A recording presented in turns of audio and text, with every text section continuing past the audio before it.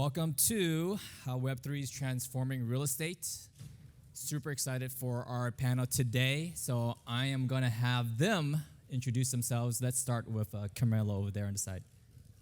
Hi, my name is Carmelo Milian. I'm the CEO of Polka City. Polka City is a metaverse in the form of a game where everything, cars, properties, the clubs, the disco, everything is an NFT.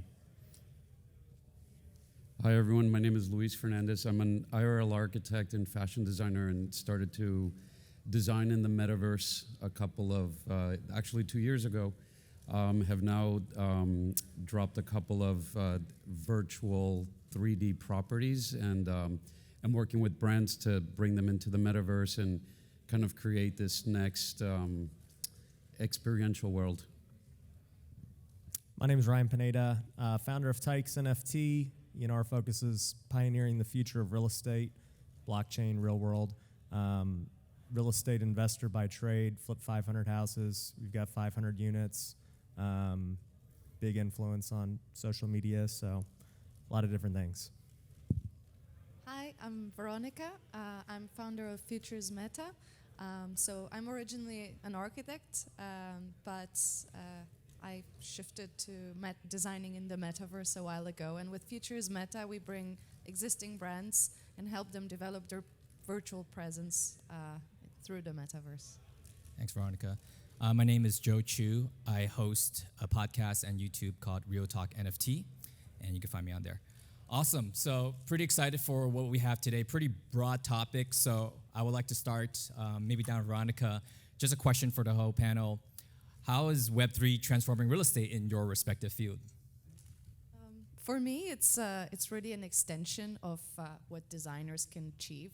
It's a space to explore, different limitations, lack of gravity, for example, but in the same time, very small file sizes and struggling with low level of detailing and keeping the quality as high as possible. So it's like an experimental ground at this time. But also lots of opportunities for testing architectural projects through this platform open to the broader audience where they can interact with designs and get involved. Amazing.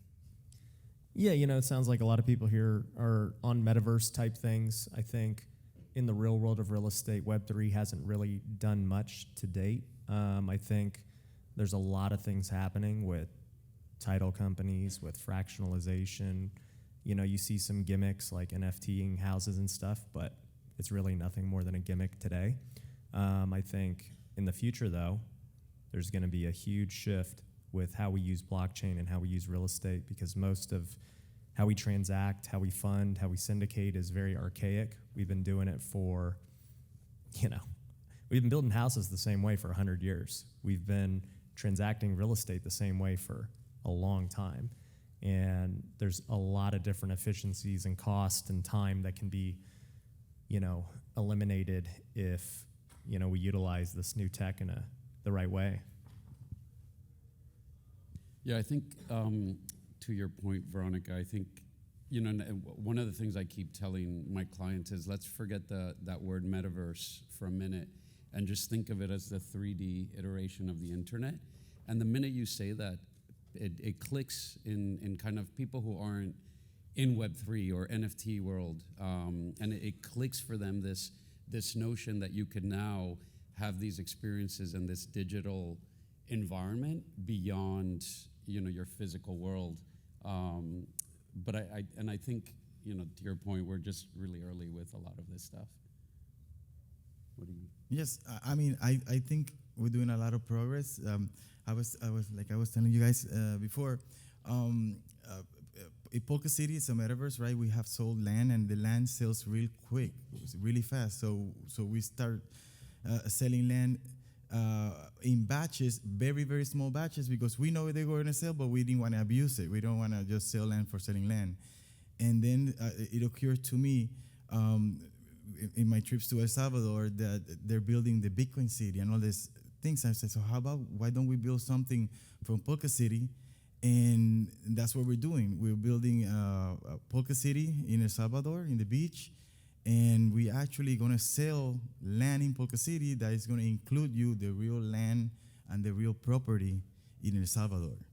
And this is gonna change the way real estate works, because what we're also doing is, if we're gonna sell these properties as NFTs, guess what? As the covenants of the neighborhood, from now on, everything that is in here that keeps getting resold and move around, it has to go through the NFT process. So all the properties, the only way once sold as an NFT to be sold again is as an NFT. And the original owner of that land is going to keep getting royalties every time a property sells. Okay, so that's very interesting, because Luis is saying 3D iterations where, Camilo, you actually inputted that into your metaverse already and selling plots of land, and where Ryan said it's very gimmicky right now, but he's actually doing it. So it's a very interesting conversation that we're having up here. Question here is, with the challenges that you mentioned right now, Ryan, and also challenges that you mentioned also, Veronica, like just in the construct of physical real estate, there's no gravity per se, and there's no, you can scale as much as you want. What's a current challenge that may exist right now in the real world, whether it be in the scope of creating real estate or real estate industry that you're in, Ryan, that the industry really needs right now, and what may be a fix for that with Web3, NFTs, or anything? Oh yeah, so we actually discussed that earlier from the architectural side, how metaverse, like you can make your dreams come true through the digital layer. And hopefully maybe it can make architecture a little bit more sustainable, and we can just build a little bit simpler, more humble, real environments, and then have this layer over them that keeps changing and keeps being wilder and more and amazing, without having to build it every single time. Yeah, the thing I'll add, to go back to the metaverse and already doing it. Most of the Web3 community doesn't think from the mind of a consumer. And so whenever you're starting a business or creating a product, you have to think about the end user in mind. And so when I hear something like, hey, we're going to NFT this house, we're going to give you a piece of the metaverse with this property, in this case, El Salvador. I think it's awesome from a tech perspective and as like a nerd perspective. I think that's cool. But from a consumer perspective, what would make me want to buy that over any other plot of land in El Salvador that's much easier to go buy? I don't have to figure out how to use a digital wallet. I don't have to figure out how to go buy crypto and Ethereum. And so I think that's the big issue that every Web3 entrepreneur is going to face, in that most live in this bubble that we're currently in right here. And the real world is the market. You're not selling to each other. You're going to sell to the real world. 99% of the world does not know anything we're talking about. And so how do you reach those people? And if you can't figure out what's going to actually make it a better transaction for them, it will fail. And I'm not here to break the bad news to everyone, but if you want to push this industry forward, you have to make sure you're thinking of the Web 2 person in mind with your project. Yeah. I agree with you what you're saying. The reason that we chose El Salvador is because Bitcoin is legal tender, and every citizen has a cryptocurrency wallet in their phone. It's already been adopted. Every little store you can buy pupusas with Bitcoin. But let me play devil's advocate. Why wouldn't I just go buy any other piece of land in El Salvador?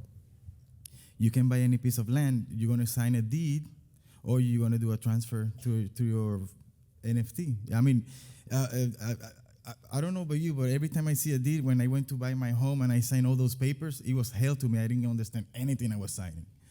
I'm with you. I've bought thousands of over 1,000 properties. I get it. It's a pain in the butt to go sign property. I get it. But I think you brought up a great point. I think part of and I keep saying NFTs and Web3 need a new branding and messaging agency, because I think so much of the visuals of it is getting confused with the technology that it enables, right?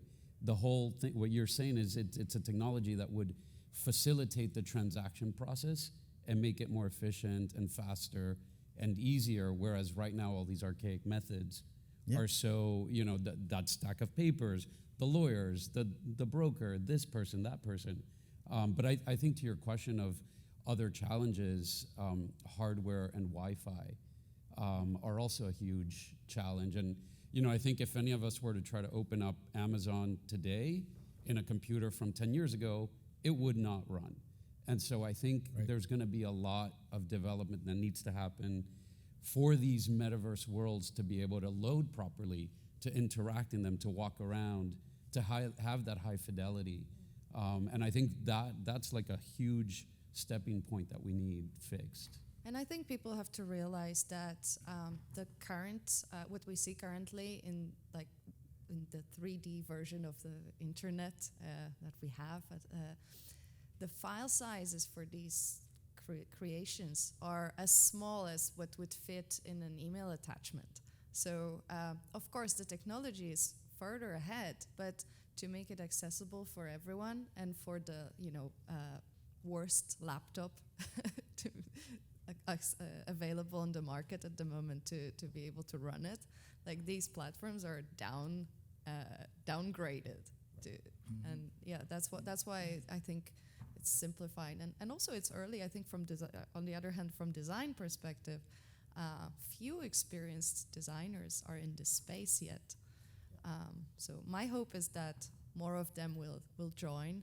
And as much as I appreciate the efforts to let everyone be their creators and build their own things, I still think that even the digital world needs some kind of certification that may be even linked to real architectural licenses, etc.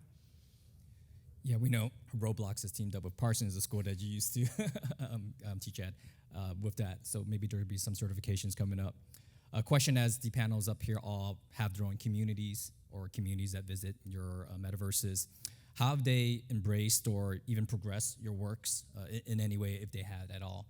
With Polka City, one of my friends, he bought a digital camera and wanted to be a wedding photographer inside the metaverse.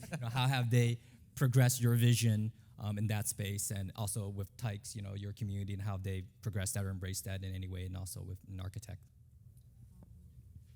Yeah, I'll say with Tykes, a lot of the things we're doing, I'm thinking about step one. Like, we kind of know where step 10 is. Like, we're all like, hey, the metaverse is going to be here. People are going to transact on the blockchain. Real estate is going to be this way, right? But we have to think about what's the first step to getting there, right? How do you set the stage for that to happen? If we think that that's going to be 5 years from now, 10 years from now, whatever the case is, my focus with the community is what do we do today in real estate to not only make money today, because making money in crypto is really hard, right? So how do we make money today, and how do we prepare for the future, right, and set the stage? And so, for us, we launched the NFT project in August, and it's, done tremendous to this point. I mean, we minted for $500. They're trading for like $2,500. There was 5,000 of them, despite everything going on in the world.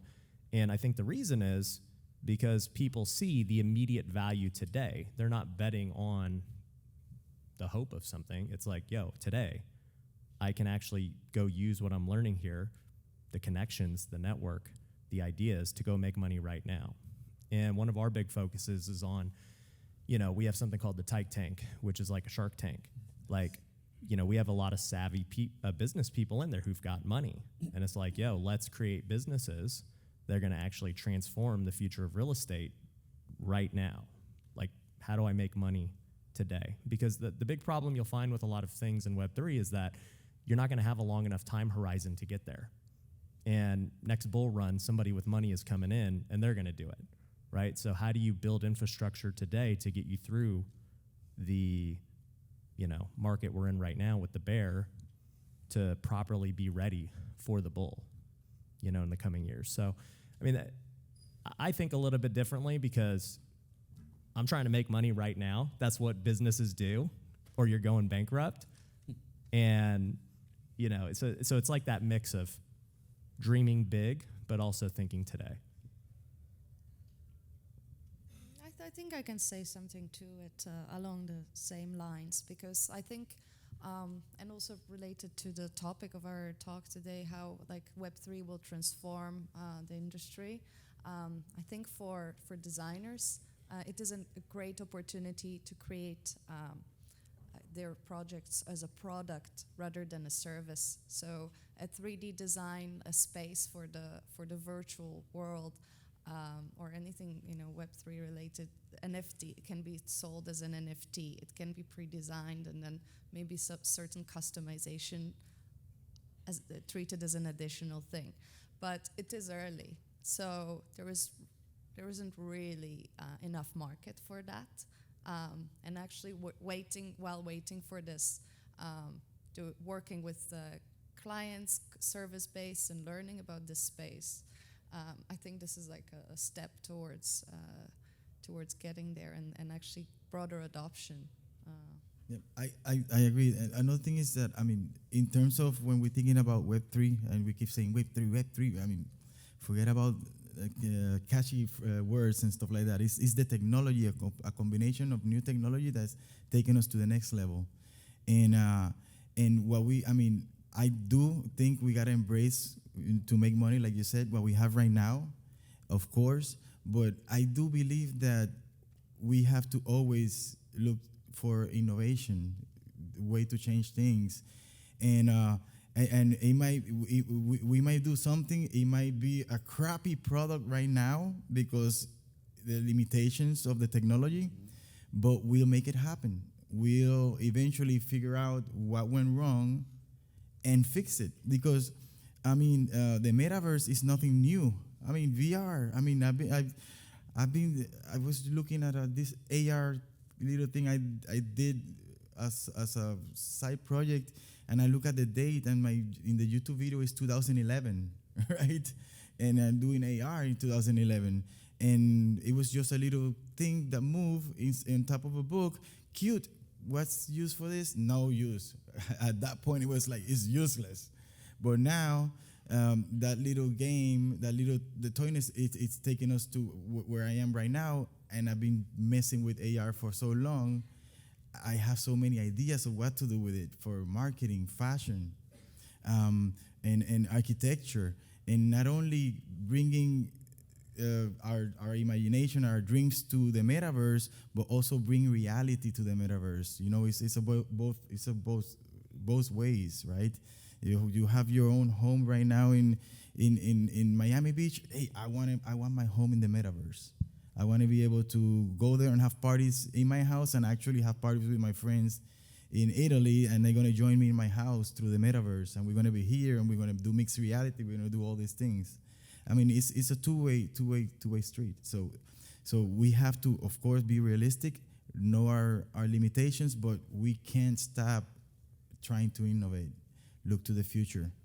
And I think we use that term, we're early, a lot, but in some ways, I was telling these guys backstage, one of my first big aha moments during the pandemic, I have a 13-year-old, and because he and his friends couldn't get together, they had to devise a new way of playing. And so I walked into his room one day, and he had Minecraft in one window, where he and all his friends were avatars, and they were playing and building stuff, and they had FaceTime open so that they could see each other and speak. And then they had Messenger so they could type messages quickly. And that for me was one big aha moment, where it was like the combination of all those three things, that's the metaverse, right? And then my second big aha moment was, oh my God, why isn't someone selling things to these kids? This is a huge market. And I think we're looking at a generation that's already in the metaverse. Like, we keep saying we're early, but you have like these millions and millions. If you look at Roblox numbers, if you look at Minecraft, they're already living 1 foot in the real world, 1 foot in the metaverse.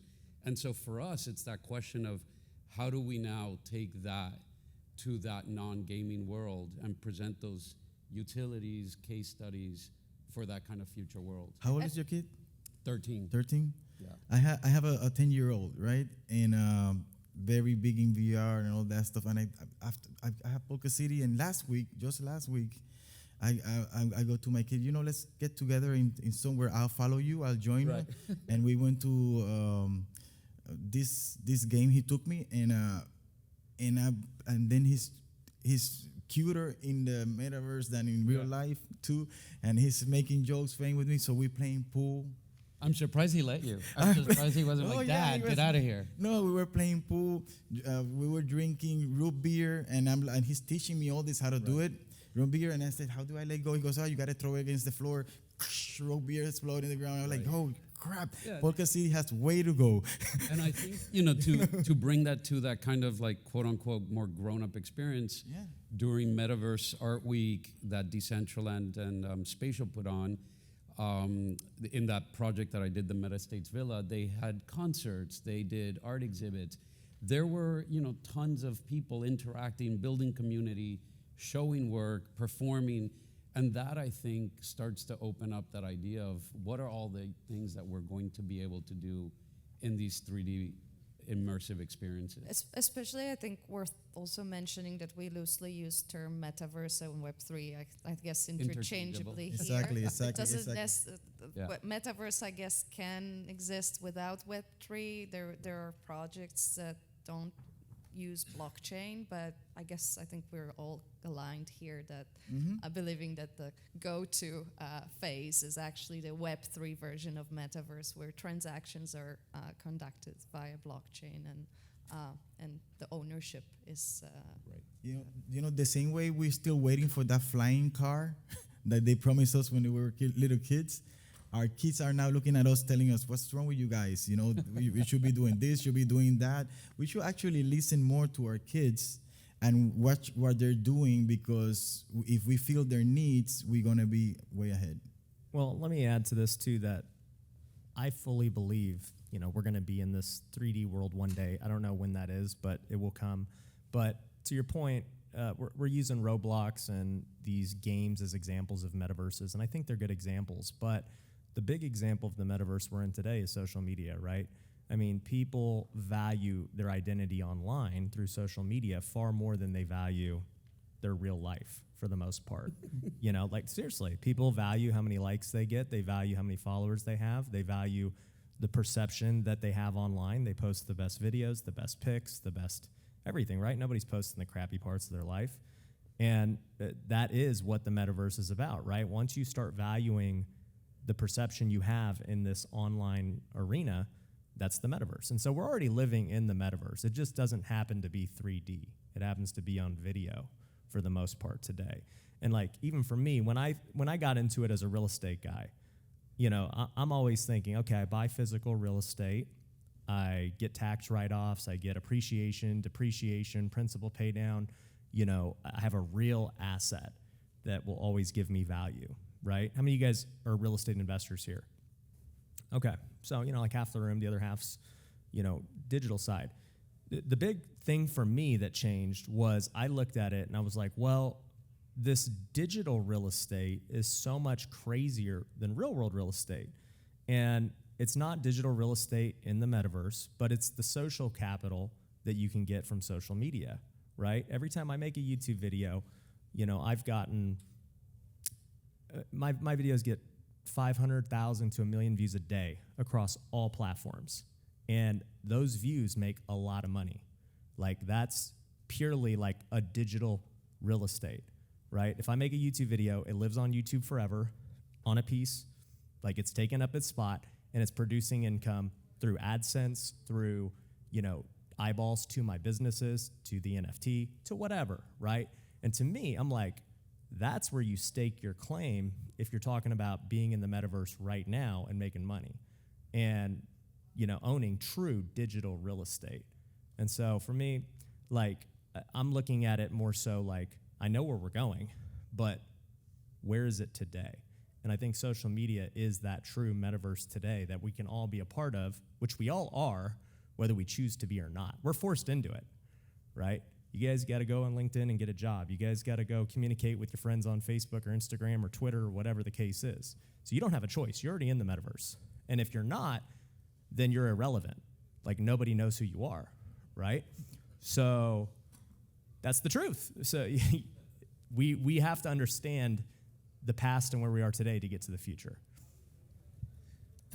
I'm that 1% that's stuck in the middle that you guys are referring to, and the one that is not on the metaverses of any kind. And my only exposure was with Rimowa, the suitcase brand. It got me onto the metaverse. I was on Cyber trying to mint a Rimowa digital avatar that came with the physical counterpart.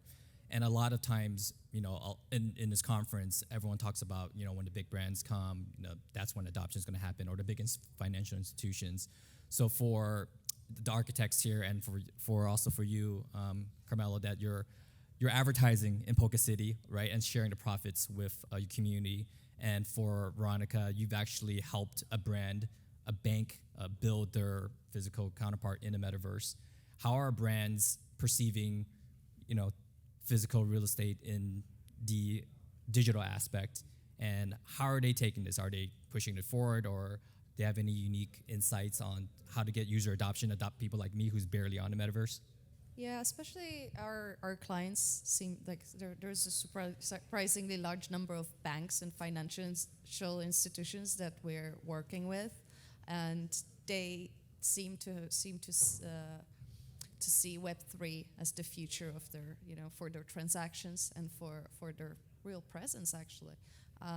Retail banks are considering moving their branches into the virtual worlds, treating metaverse as the blockchain-based metaverse as the future of their, the extension of their current online services, and bring it a little bit closer to what we get in reality, but on such broader scale. So imagine that you have this online 3D branch that actually works, where you can go interact with people, interact with employees. Would you ever go to a bank in real life? I don't think, there are certain services that may move completely to the DMV? to the digital, I appreciate very much what you're doing, because when the metaverse buzzword started, everybody, all these big companies, they were building their own little metaverses, and they didn't get it. They were doing these websites in 3D basically, and you're bringing them to the actual market. When you bring a company to join all the metaverses to show their presence, that's what they need to do. Before they were not focusing in that way. They were just building their own thing. So that's pretty cool. Yeah. Thank you. Perfect. I think that's all the time we have today. So thank you for our amazing panel. Please give them a round of applause. Thank you, guys. And thank you for the audience as well.